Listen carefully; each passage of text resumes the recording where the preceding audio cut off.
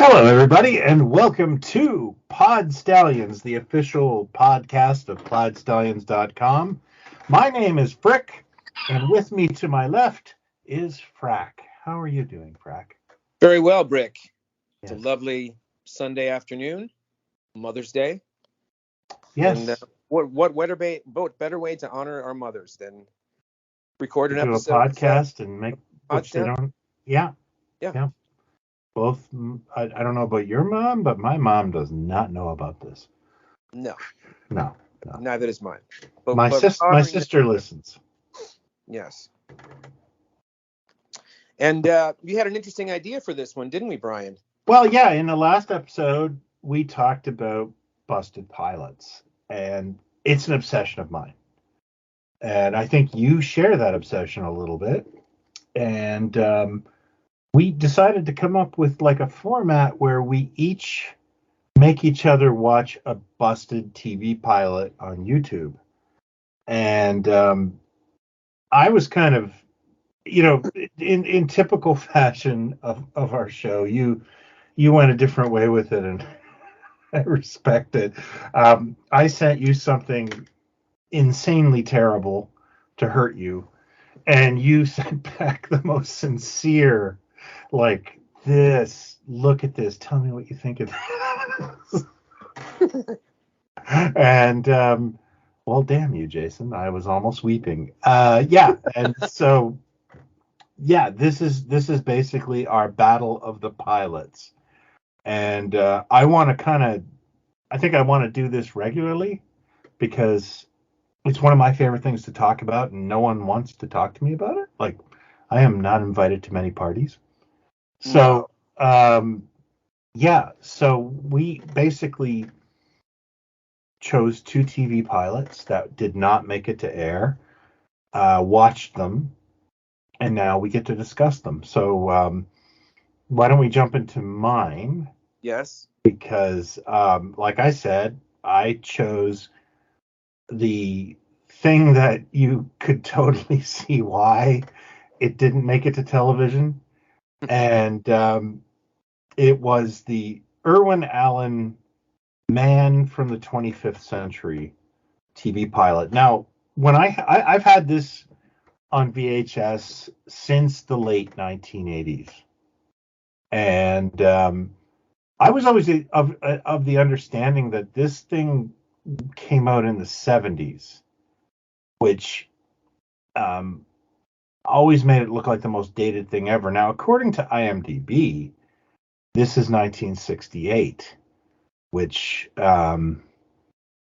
you kind of have a little more sympathy for it because it's post 2001, you know? It's got to be the 60s. I had never heard of this thing. Factor. Can it be integrated through void 6? Yes. The factor is alpha 3 infinity over the Z spatial continuum. In a hyperdrive starship, at what velocity do you enter the quasar transition stream? Omega 9 times the speed of light is the null point. Enough. Your Earth name, what is it? Robert Prentice. Tell us about your Earth identity, Robert. I am 27 years old. I was born on the planet Earth in the year 1951. Raised in the mid-continent American community of Topeka, Kansas. I was taken from that world as a child and teleported here to be trained for a mission of... Enough. Is the subject physically conditioned for anything he may meet on his return to Earth? Attack! Restrict. Negative protect. Aggress!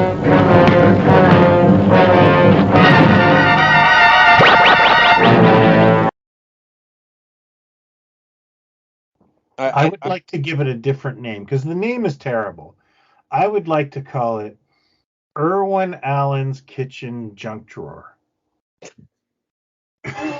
What was it called? Irwin Allen's Man from the Man from the 25th Century. And before, like, I maybe just preface, but like Irwin Allen is comfort food. Like, oh my God, I loved Lost in Space. I loved Voyage to the Bottom of the Sea as a kid. I liked Time Tunnel.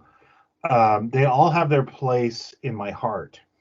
And yeah, they are dated as hell, and Irwin Allen was something of a thrifty man. I don't know if you've heard that before, Jason. I've heard. Yeah, like I think an actress on one of his films, like one of the disaster films, said, "Oh, Irwin Allen's going to take me to lunch at his favorite restaurant," and it was like Jack in the Box. Yeah. Yeah. A lot about the work overall, the aesthetic of all the shows, kind of. I was never a big Irwin Allen guy. Nothing against him. I watched all the stuff that you did, and of course the disaster movies and so on. But I could always spot an Irwin Allen thing. It just had, had a cheesiness to it and a look to it and everything. This thing really did look like. I mean, I'd never seen it before. I didn't know what it was. And it, not only am I watching like the first 4 or 5 minutes of it going, not only do I not understand what's going on, I don't think anybody in this understands. Yeah. I don't think any piece of dialogue that anybody's saying right now, the other person is fully understanding what they're talking about. Because it was just techno speak and babbling and just kind of, and then we'll put you in the defibrillator to get the flonkadonka. And we got the radio umbrella to protect Earth. And then you will go there, and then what will happen is your image will appear in that body. And when that body happens, like it sets up the rules for what the show is going to be, who this guy is and what the show is going to be. But it's just in such a ham-fisted way. Yeah, I completely agree. And the other thing is, this is supposed to be the setup for a 1-hour television series. And this pilot is 16 minutes long. It could barely be a 16-minute show. And you're bored out of there are long driving scenes, which just shouldn't be there. And the other thing is, it literally is just cribbing from everything. He reuses music. He reuses costumes. Actors too. Actors, right? Yeah. James Darren is the star. He is the man from the 25th century. I think he's called like Topol or something. I can't remember. He's in Time Tunnel at this point, right? Yeah, I think Time Tunnel had just been canceled, or In fact, I think there's honestly scenes from Time Tunnel. I haven't checked it, but I swear there's scenes from Time Tunnel in this. There's definitely effects. The Time Tunnel, like the radio umbrella Project Delphi thing they're protecting, has an atomic core, and that is it looks very much like the Time Tunnel sets. The Jupiter 2 makes an appearance.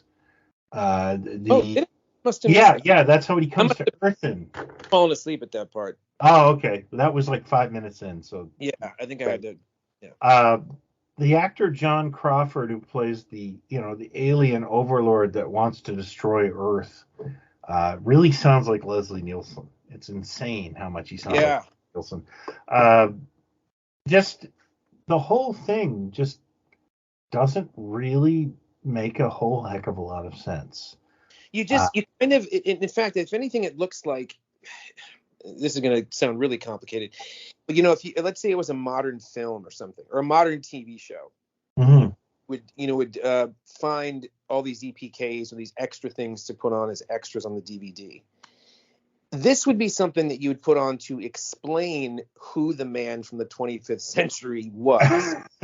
Yeah, you would say, this is Johnny Thunder, this is what he does, and he's the man from the 25th century, and then have the people talk about what he does, and you'll go there and you'll do this and this and this, and then you get to the next part where it's like karate fighting, fighting with the frog, or what, all the different things he was saying to do where the fights were going on, but none of it had to do with the actual story of the man from the 20th century. You just brought up the 1960s judo chop crap in this. It just seemed like this was the character. What's his name? What's the character's name? I can't it's Toro or Topol or Topol. Okay, Topol. Topol. The smoker's too polished. Yeah. Topol this is his 16-minute character bio is what it is. But it doesn't. But you walk away from it going, okay, he seems kind of cool. He's got a cool car. I like that he lives underground there. But what's the show about? I think the show is about he lives in the army base, and each week that same dude attacks them, which sounds dreary as hell. You know, it's essentially the G.I. Joe cartoon without the imagination or the animation, I guess. Basically, man from the 25th century has different physiology. He's been bred a certain way, and he's such a badass that he can, like, if he comes back to our time, he can, throw guys over his shoulder with one hand, and he can punch through walls and stuff. Can't wait to see him in MMA. Isn't that the gist though? Isn't that what the deal of what the dichotomy? Yeah, I is? guess. Oh, but he also has like limited psychic powers, and it doesn't make a lick of sense. Or something has glowing, or something has to do something. It's almost like when Alan saw the Assignment Earth episode of Star Trek and went, oh, but made it through his like weird worldview. Because it does feel a little bit like the Gary 7 thing. Yeah, you're right. It does kind of. Yeah. Yeah, except not at all as subtle or as cool. And Darren doesn't say 2 words. Like he says the whole thing. Like, yes, sir. Correct. That's it. And there's just so much recycled, like sets and even archetypes. Like, it's got the army general, very similar to Time Tunnel. Yeah. And were you disappointed as a kid when you finally got a computer in your house and it didn't explode into sparks when you just pushed it the wrong way? Not exactly. I was just lucky to get it started. But you know what I mean? Like between Irwin Allen shows and Space 1999, you just assumed that if you got into a fist fight in the proximity of a computer, it was going to explode. Right, it was going to blow up. They're very delicate back then. Oh yeah, my goodness, yeah. There was also a lot of gold, if I'm thinking of this correctly. Wasn't there a lot of gold? LeMay, yeah. Like the thing I really like about Assignment Earth is it kind of leads into that mid-century look, but tries to be sci-fi. And Irwin Allen's not a subtle guy. Everything, he really. Especially in a lot of his programs, he really liked silver paint on his actors. Did you ever notice that? No. Yeah, no? Okay. Well, I mean, I guess I haven't seen enough. I don't, Oh, God. Every alien on the Time Tunnel was just a dude that looked like the Tin Man. Okay. And, like, I used to joke with the other friend who watched these shows, like, did he just buy, like, Army surplus of metal face paint? Because like every week, the villain was just a dude in metal face paint. Right. Well, it helps with the budget, that's for sure. Oh yeah, thrifty man, and this one really shows it. But this is a throwing spaghetti at the wall pilot. It has an awful everything. It has a bad theme to being in a screening of that, or like wherever that was shown, whatever upfronts it was shown at. I can't imagine anybody going, hey, now there's our winner. That's what we're getting for next season. That meandering mess from Comb Over guy over there. I'm going to order 60 episodes right now. Yeah. We're going to go right to syndication with this. It is bizarre. And it was dated when it was filmed. Like that's 68.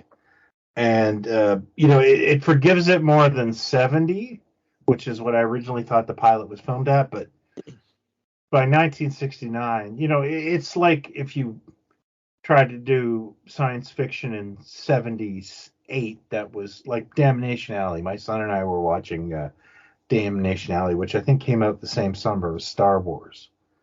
And but it's almost like it almost seems a bit rushed. It almost seems like you watch it and you go, they weren't ready for this yet. Like they put the thing together without completely being ready for it, because it's almost like you're watching a demo for a game show and trying to figure the rules out.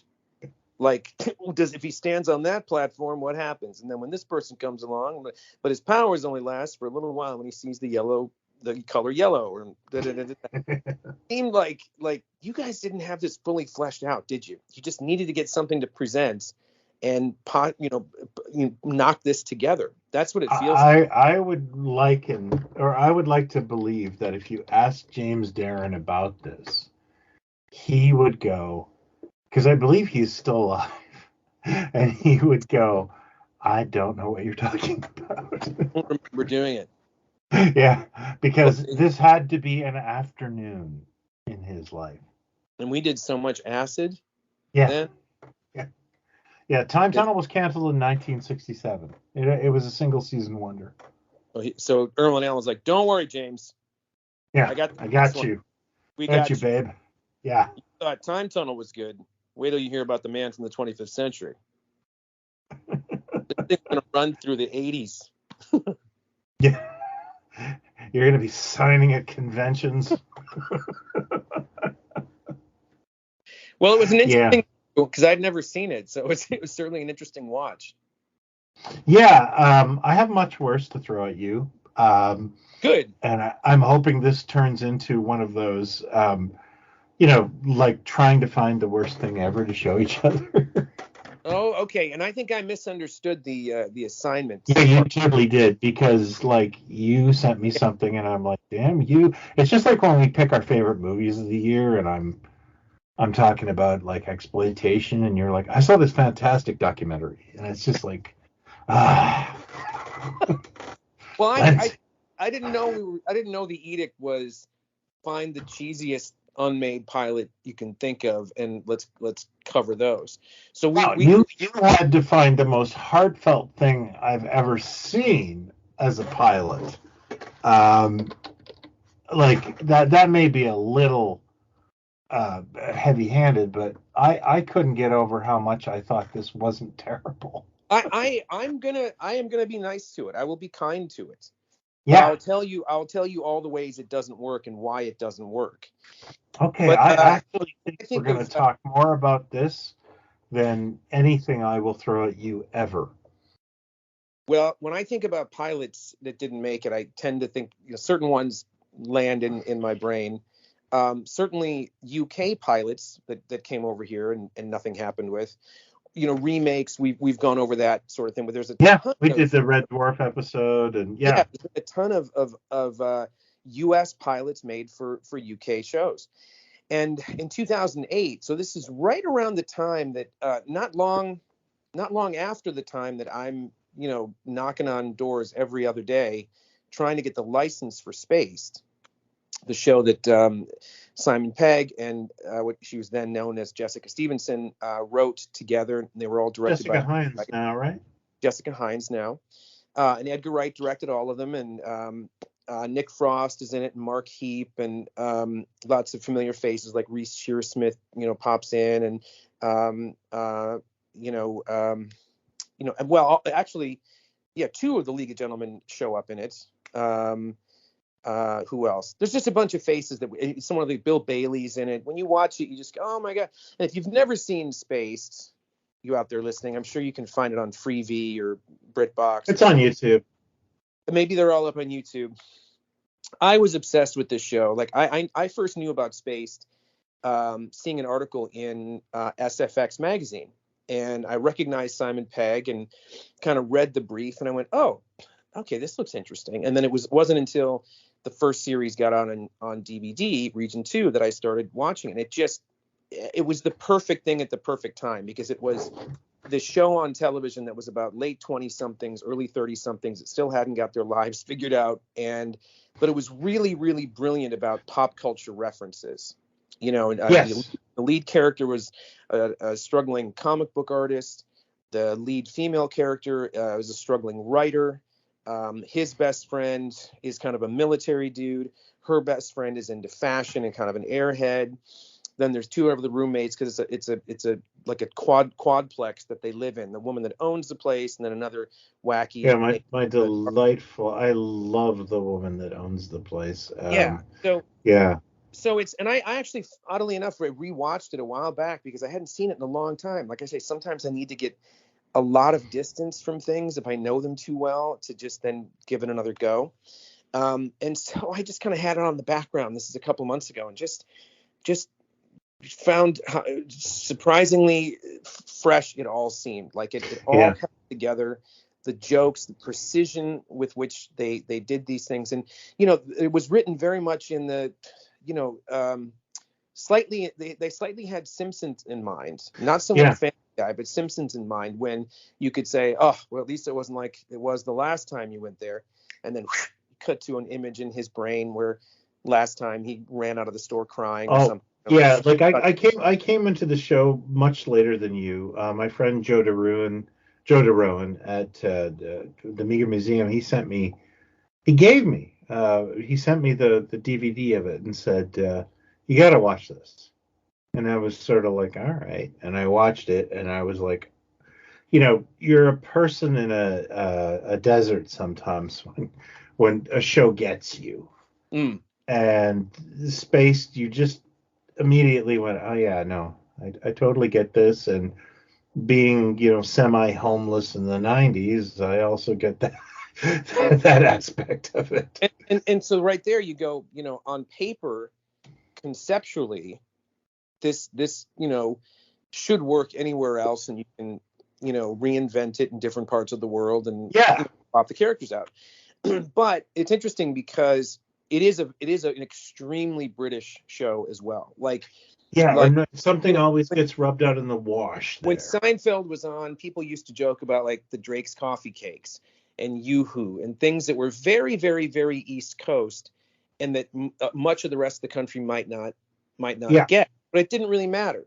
Whereas in the UK, it's Jaffa cakes and Twiglets and these little things that keep coming into play here and there, and drinking, going to the pub and drinking, and they were on a network and on at a time where they could smoke weed in this show and go to clubs and do ecstasy with it. They never said ecstasy, but that's what they were doing at clubs and stuff. And so it was pretty tame, but all these things combined, you were never going to get into an American show. So what were you going to do is try to get the characters, the core of what the characters were. And so somebody made a pilot, a U.S. pilot in 2008. My understanding is that none of them were involved at all. Like they didn't have any input to this. They gave their 2 cents on what they thought of it, but they weren't involved in the production of the pilot. And when you watch the 2008 pilot, you go, well, this isn't terrible casting. No. The lead dude is that Australian actor, comedic Josh actor. Lawson. Yeah. Okay, he's been in loads of stuff. And now I think the thing people would know him best for was the Australian son of the head of the network in Anchorman 2. He shows up in that. Well, he's also Kano in the 2021 Mortal Kombat, which I have seen because I have children. Oh, okay. So he was also in Mortal Kombat. That's right. The young woman who played the Jessica Stevenson part. Oh, yeah. Is someone I'm very fond of, Sarah Rue. Sarah Rue, who's been in loads of things. She's great. She's always she's really great at Idiocracy. And she was the perfect kind of type of person to be there, because the gist of Jessica Stevenson's character was never that she was, none of these characters like Simon Pegg's character. Tim is cute. He's cute. He's not, drop dead handsome. Daisy is very cute. She's very cute. Sometimes she's pretty, but neither of them are like pinups. And Sarah Rue kind of that's so far so good, even though the lead dude is much more square-jawed handsome. But then he's square-jawed handsome, but he's one thing that I do like about his style is he's dorky and cringy at times. Yeah, which really helps. He plays that well. But the ringer is Will Sasso. Yes. I just want to bring out that Will Sasso is playing Nick Frost's character. I can't remember Nick Frost's character's name, Mike. but it's not Bill. It's Mike. Yeah. Mike never really worked that well for me. He always seemed a little off, and Will Sasso, they rewrote the character a little bit, and it totally works. Yeah, in my I mean, opinion. Rest of Spaced is that it's realistic to a point of what these characters' lives are like, trying to get by, trying to find work, etc. Yeah. But it's always kind of veering into the surreal. Surreal kind of things are happening, things that don't quite make sense. One thing, something goes missing and then it turns up over here and it's like, oh, how did that happen? There's a bigger conspiracy going on. Like they played with all the stuff that was happening at the time in sci-fi and time travel and science fiction and X-Files. It all kind of went. And so Mike as a character was always much more big and broad. Yeah, And but it doesn't kind of work in an American. It doesn't work in an American way because it's all about guns. Yes, exactly. You had to change him. But Will Sasso is a great pick to be the U.S. And he's a good Canadian. And he's a wonderful comedian, a wonderful actor. I wish he would do more stuff because he's great. The problem with it is, and then they get this other guy that's I think he was like sort of East Indian. I think the look of the character or the guy, and he was kind of as the artist character. Now I can't think of his name. In the show. And he's just more sort of an oddball that doesn't really say much, almost like he's from outer space, which was never quite. But I'll take Brian was the artist of the original show, and I can't believe I forgot that frickin' name. Brian's more like he's more like a shut-in almost. Like this guy more. They're making the American one more like a weirdo. Because artists are weirdos. The airhead friend of Daisy's is played by, I can't think of her name, but she's never stopped working. She ended up being the big bad guy in the Amazon Tick series. She was the female villain. Michelle Krusiek? Yeah. She's the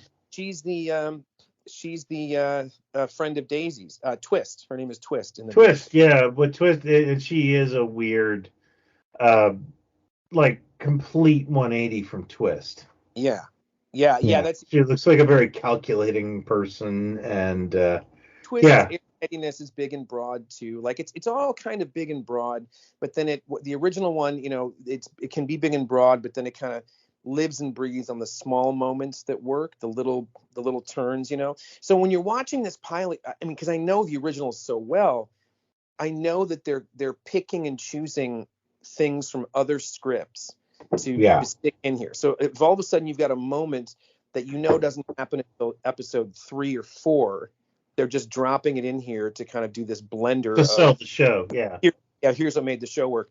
But from a start, here's the issue. The very opening of Spaced, the very first episode, you've got Simon Pegg standing on a sidewalk looking up at a window. Your camera's on him, and he's saying, "Why didn't it work? What was it? Come on, it's been 5 years. Why are you doing this?" And then in the next shot, you see the camera pointing upwards to Daisy, sticking her head out the window. I don't know what to tell you. It's just not. I just can't. I think I need my space, and I just can't. And back down to Tim, and Tim is saying, "I'm sensitive. I can cry. I can be sensitive about things. I mean, remember at the end of Terminator 2 with the thumb, the thing, I cried at that." And this is the opening that goes on for a few minutes, and the viewer thinks, Tim is talking to Daisy, but as we find out after 2 or 3 of those exchanges, it's a different woman that Tim is talking to, and downstairs, Daisy's talking to some guy she had a one-night stand with, and just says, okay, work, whatever. And that's kind of how the show gets rolling. So in the American one, it's just Tim out front giving the same kind of speech, looking up at his soon-to-be ex-girlfriend and her new boyfriend, who's standing there naked with a box of Cheez-Its in front of his crotch, asking the guy if he can drink his grape juice or something. Again, that's not a terrible bit of comedy that happened. But the cleverness of the way Edgar Wright shot that and why it works so well with the way that show moved right there you go. You will never get the gist of Spaced in an American sitcom because it moves too fast. There's too much going involved in it. It's a 22, each is a 22-minute episode, but you've got 35 minutes of information going in each one of them. But it's not a terrible pilot. It's not it's not a total abomination or anything. No, I actually it bothers me that it didn't get to series because, as we've all watched shows kind of fumble it, and that is a very relatable show. And I also want to just I hate the fact, and I don't want to make enemies here on the show, but I hate the fact that The Big Bang Theory is like a popular show about people that are geeky. Right. When it doesn't, it is a caricature. And that spaced pilot was pretty damn accurate. I think The Big Theory has set things back about 20 years, 25 years with the belt buckle up to your nipples and oh my stars, yeah. And I always hated when I did mingle with people not in my universe, and they found out I liked anything that was film or superhero related. They'd go, "Oh, do you like The Big Bang Theory?" And it's just like, no, I do not. Because it's I've never been a fan of that sort of portrayal. No, and there are some people that do love it. I get it, that still love geeky stuff. You're more than welcome to it. But I wrote a pilot and a show Bible for a show. This is going back about 15 years now, maybe 13 years, and it was going to be called Comic Book Wednesday, and it was going to take place at a comic book shop in Burbank. So new comic book day. New Comic Book Day, Comic Book Wednesday, the various characters that come in, just like Barney Miller or Cheers or whatever it is. Here's a guy who's newly married with a new baby. He doesn't know I don't know how to be a dad. The young guy who's an artist who wants to start making his own books. The anime chick, had all these characters. And then the guy that owned it was the good guy that was always like, look, if you can't pay for it today, don't worry, you can get me next week, blah, blah, blah. But this big new evil conglomerate is about to open down the street that's going to have DVDs and, graphic novels and, appearances of celebrities and all this. And we're trying to keep the shop open. And then the lead guy gets made, co-manager, and they're trying to get, and that was the gist of it. But there were no stereotypes. It was like, these are the faces and the voices that you see in a comic book shop. It's not just all neckbeard, chubby neckbeard guys in ball caps. Yeah. And then when I found Spaced, I was like, oh, this is kind of it. Even though he's the comic book guy mostly, they all and the references in Spaced. There's so many references. Doctor Who and Thunderbirds and Captain Scarlet and Wurzel Gummidge and all the different shows. You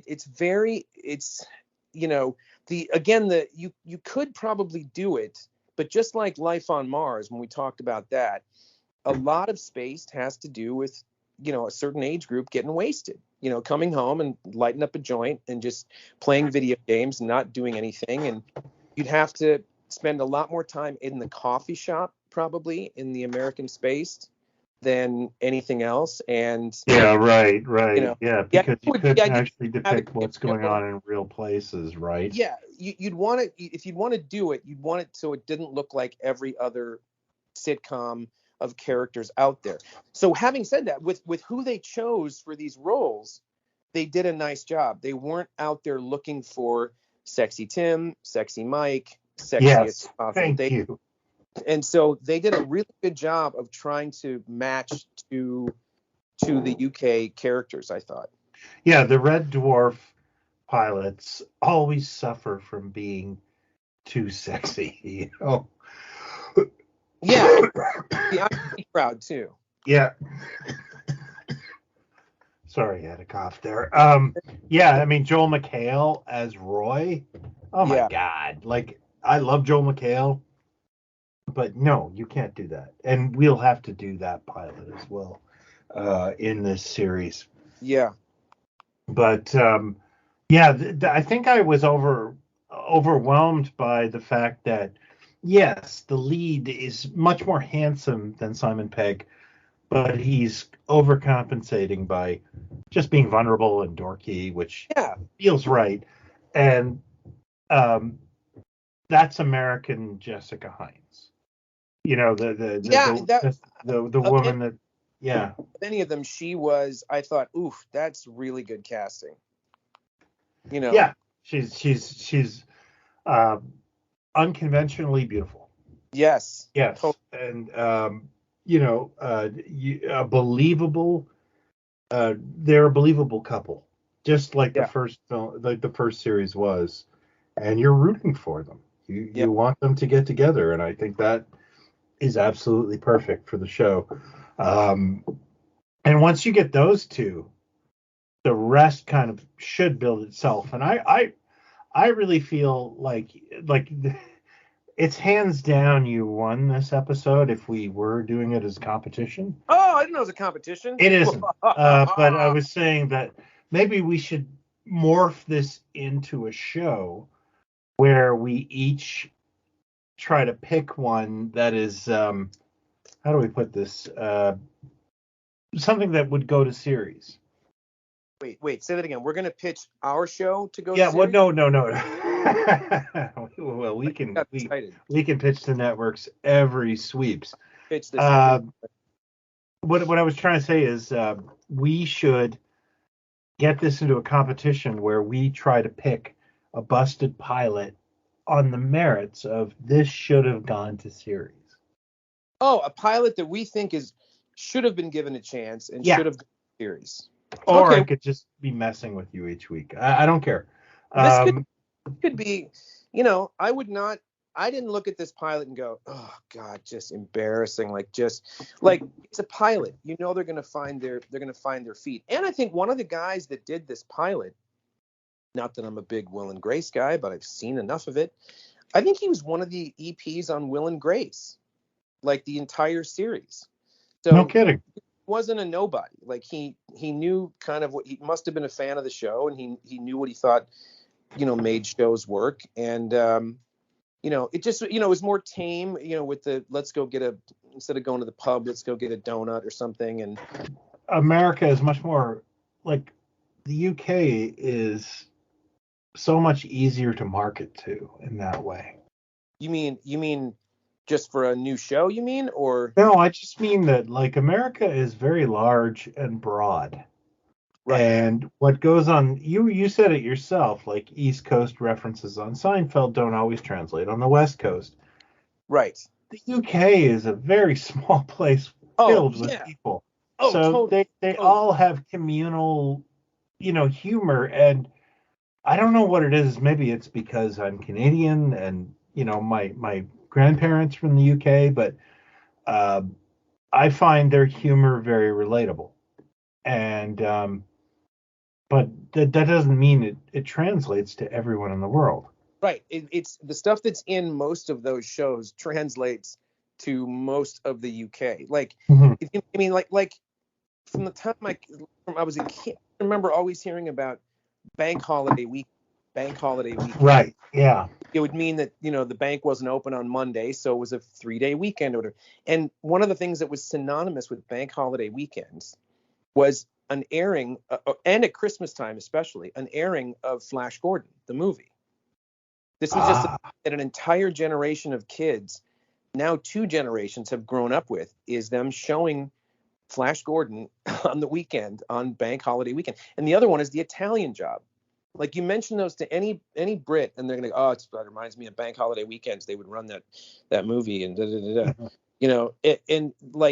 there's nothing like that in America on the whole, because it's just so all over the place. There's just too many regional things and distinctive, specific things. I just picked up words like daft. Yeah, it's a whole new vocabulary from the time I was. Yeah. But that was the one, and I thought I'd pick it because it's this is not a terrible version of a UK show. It went to pilot, nothing happened with it, but it's it's it's a good. Like, they gave it the old college try. For me personally, I think that like when I first envisioned this show, this idea, it would be it would be just terrible stuff. And then the first thing you show me is something I go, I would have watched this. This is pretty good. Next time I'll find something terrible that. Oh, okay, yeah, like Irwin Allen's junk drawer. Yeah, I called dibs on Mr. and Mrs. Dracula or whatever it was called. Oh yeah, you get that. I forgot about that. Who actually got 2 episodes, right? It wasn't just a pilot. He got 2 episodes, I think. Didn't he? Who is the star of Mr. and Mrs. Dracula again? Dick Shawn. Dick Shawn, yeah. Do you know how I discovered who Dick Shawn was? Mad World? No, when he died. Yeah, he died not long after he made a movie called, or maybe it was Made to Order. Right. It was with Ali Sheedy. Yes. That I went and saw as a kid. And that's how you knew who Dick Shawn was? Well, yeah, because he died like when that came out, and they were making a big deal out of this as his final film, and I was like, bet he's happy about this. You know how he died, right? He had a heart attack, didn't he? He had a heart attack on stage. Oh, shoot. I think it was an improv class or something, or maybe it was a production, an actual play. But he had a heart attack on stage, and for the first few minutes, because he was always so erratic in his performances, and he was a wacky dude. Like, he just was never serious. Everybody thought it was a gag. Everybody thought nobody went over to the body and went, okay, come on, Dick. So it was a Red Fox or a Tommy Cooper. It was a Tommy Cooper kind of thing. Tommy Cooper, yeah. Whereas Tommy Cooper you saw and you went, ooh, that looks bad. Yeah, that somebody get an adult. Yeah, this one nobody knew for a few minutes that he was. Oh, no kidding, eh? Yeah, because the Red Fox was, everyone thought he was doing the Elizabeth bit. Right. And I knew a woman once who was in the play with Dick Shawn, and she had been in the play and on stage that night, and said he was so different every night in that play. Like, you just couldn't, he was so unpredictable that when he did that, when that happened, everyone thought it was a gag. Everyone thought he was just joking. But you must have seen him in Love at First Bite before Made to Order. You saw Love at First Bite in the theater, didn't you? I didn't see it in the theater, but I forgot he was in that, actually. Like, like as a kid, you don't always pick up on who is who. That's true. Yeah. Yeah. I know. I remembered Richard Benjamin from Love at First Bite. Richard Benjamin, yeah. When I had also known, because I had older brothers and they were getting to Mel Brooks, and whenever we could get we went to the reissues of Blazing Saddles and Young Frankenstein when they put those back out. But the producers, like I knew him from the producers as well, because I went to see that on a college campus when I was like 11 or 12 years old. Benjamin? No, Dick Shawn. Dick Shawn, yeah. Well, now, it's one of those things where when you first don't recognize somebody, and then you watch something and you're like, oh my God, and that's one of the beauties of watching old movies. Yeah. Yeah. What's the one about the high school hooker? Very famous one. It's on Hollywood Boulevard. She gets out of high school and she decides to be a hooker, and then Angel. Dick Shawn is in that. Dick Shawn he's in drag in that. Yeah, he plays a character in drag back at the hotel that they live at or whatever. The apartment complex. I don't think I've ever seen either of those. Not Angel or Avenging Angel. Angel's a classic. Is it? Oh yeah. Okay. You know what I mean in a particular, in a certain sense. Yeah, I like Schlock or Schlock and Sleaze, but and it's not that sleazy. That's the thing. Okay, because I don't really like. I kind of draw the line at violence against women. Like, it's never been my favorite part of the whole genre. It's more like you're laughing, like the way it's done and the way. Oh, okay. So it's a bit. It's not graphic. But yeah. Okay. By the time you get to the climax, Dick Shawn has a fight with a guy. Dick Shawn's in a wig and a dress, and he beats the crap out of this guy. It's just, we've gone through the looking glass, kind of. But he was a legend. He was a legend. A big bird with fuzzy pink feet.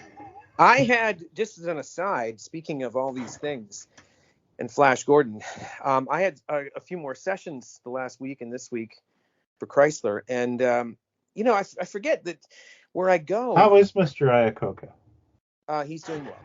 Okay. When I went into this studio to do this place has been around since the mid '60s, and a couple Right. of guys that run it, have been there since, and everybody and their mother has been through this place to do VO at some point or another.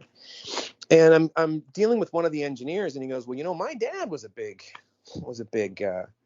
voiceover guy." I said, "Oh, really? How come I always forget this? Tell me your dad's name." And he tells me his name was Bob Frost. Bob Frost, maybe?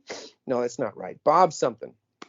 And the name is just kind of hovering in my head, like, I know this name. Okay. And he goes, "Did you ever see the Lorax, the cartoon Lorax? Dr. Seuss. Yeah. Yeah." He goes, "Well, that was my dad, the Lorax." I'm like, "I'm the Lorax. I speak for the trees." That guy? And he's like, "Yes, that was him. And he goes, "Did you ever see a movie called Wizards? I think Ralph Bakshi did it." I said, "Yeah, I know Wizards." And his dad played the head wizard. I think his name was Avatar in that. He also did the voice of the owl on the new Zoo Revue. That guy. Oh, that is so serendipitous, because we were talking about that in the Pod Stallions group, and somebody brought up there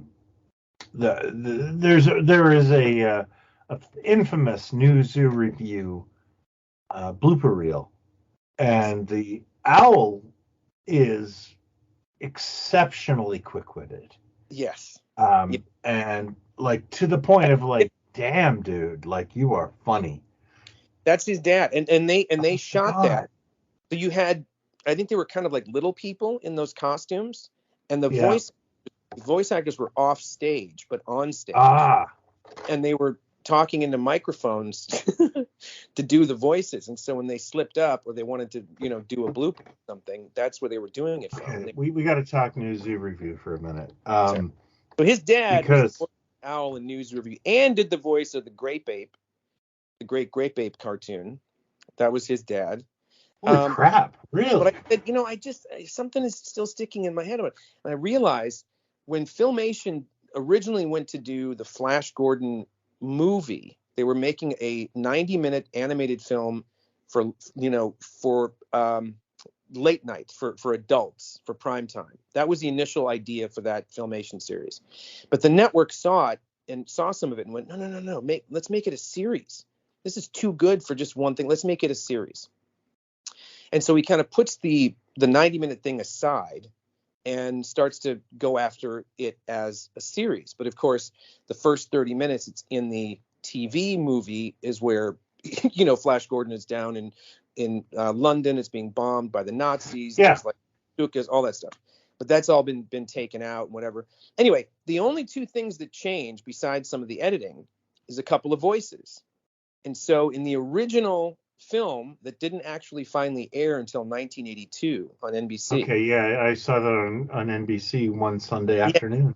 The voice of Thun was by Ted Cassidy, who was Loki. Yes. And I believe it was the last thing he ever did. And that's probably right, because he died of open heart surgery around that time. That's right. And the voice, but he recorded it back in like 78. And then the voice of Zarkov was by Bob Frost, whatever this guy's name is. His name is actually Bob Holt. Lord Holt. I was going to say Lord Holt.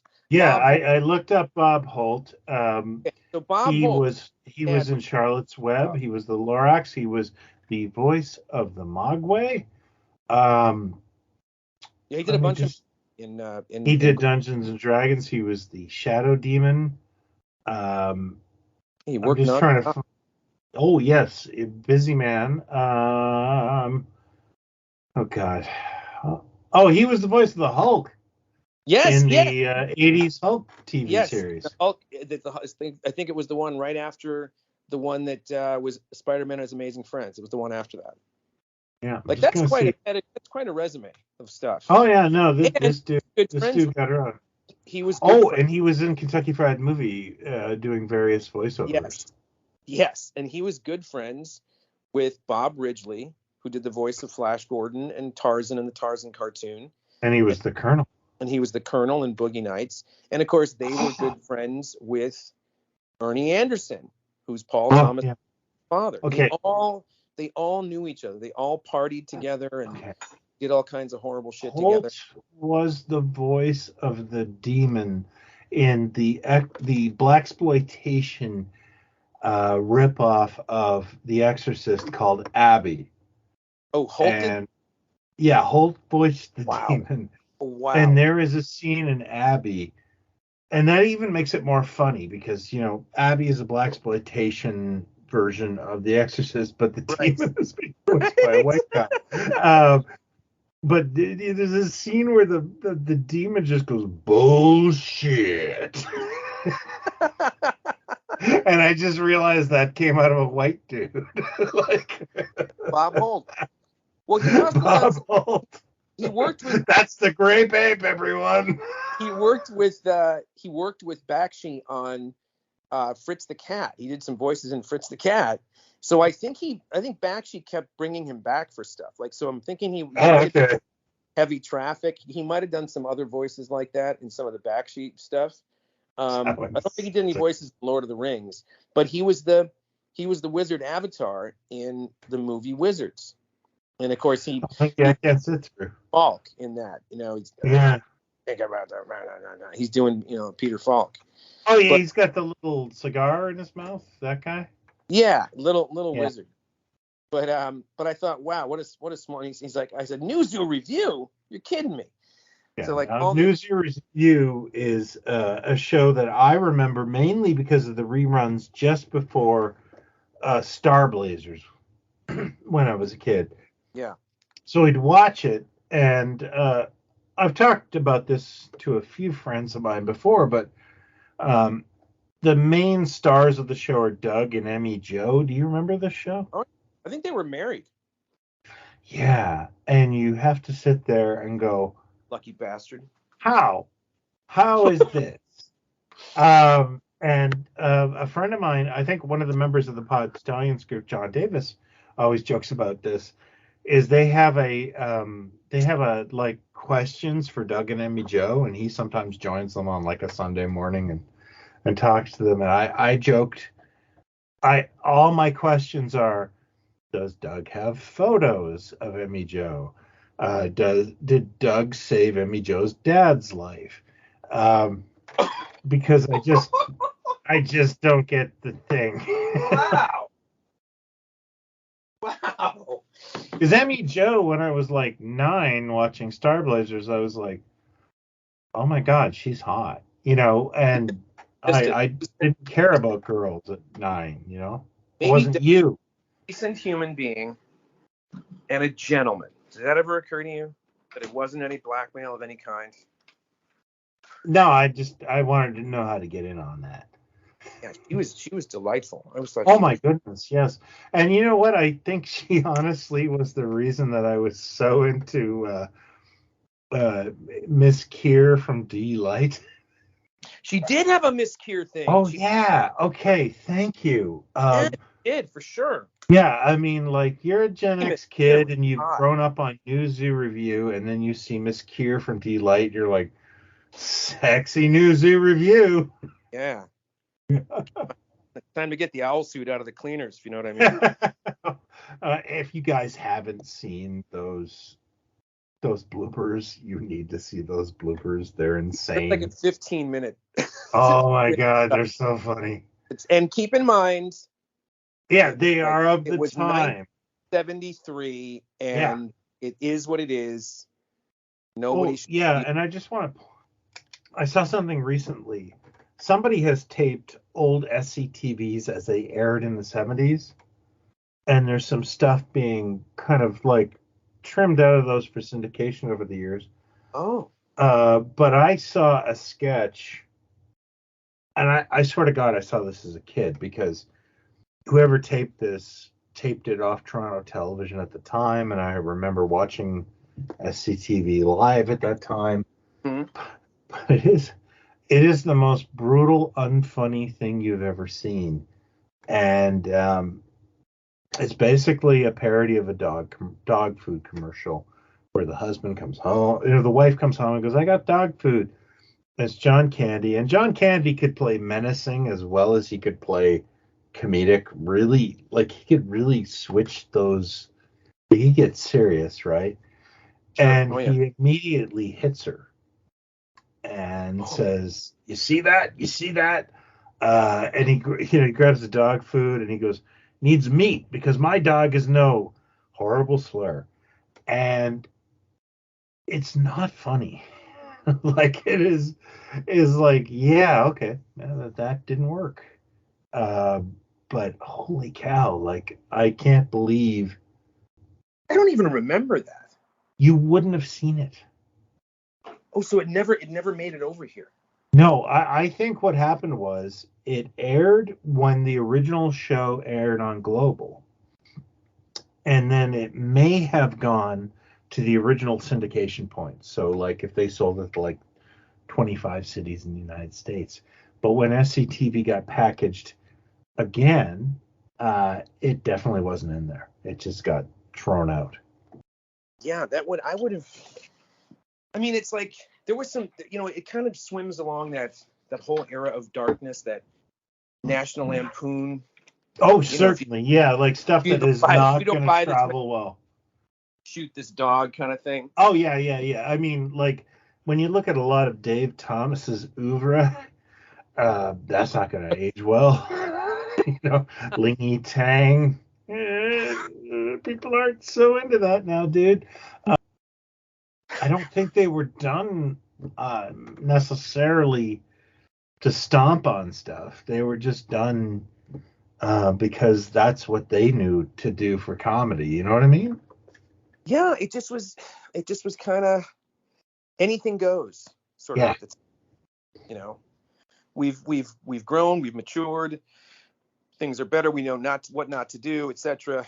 I'm actually very proud of the human race when I think of it. Yeah. In my lifetime, what we've gone through, we've done a good job. Yeah, and I don't know if we should be solving the world's problems when we're talking about busted TV pilots.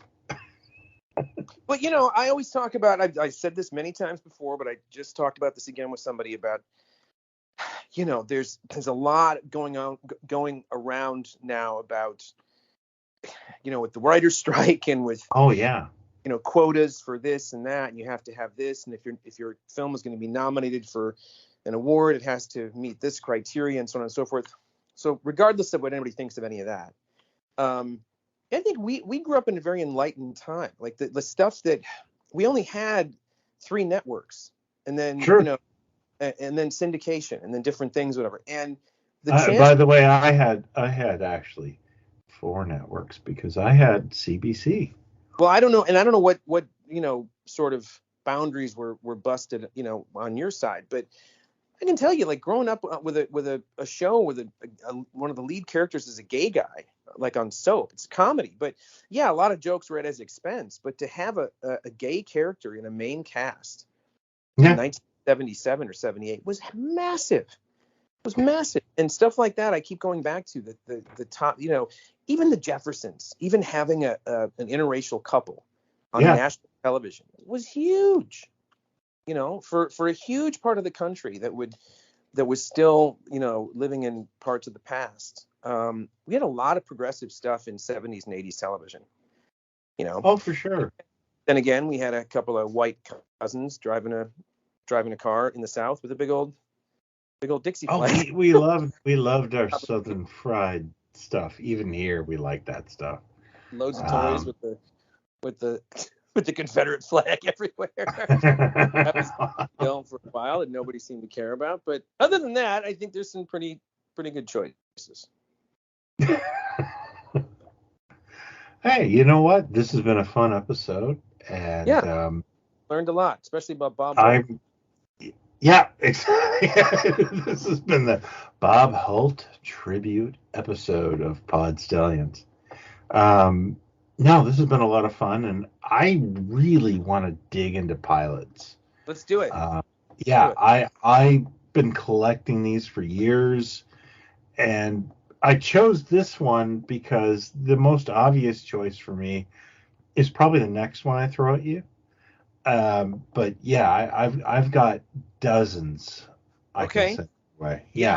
You may have to, point me in the right direction because I don't know a ton of. Oh, and also I totally 100% support backdoor pilots, which is, the episode of Chips where Fred Dryer is trying to deactivate a missile, or he gets his own show.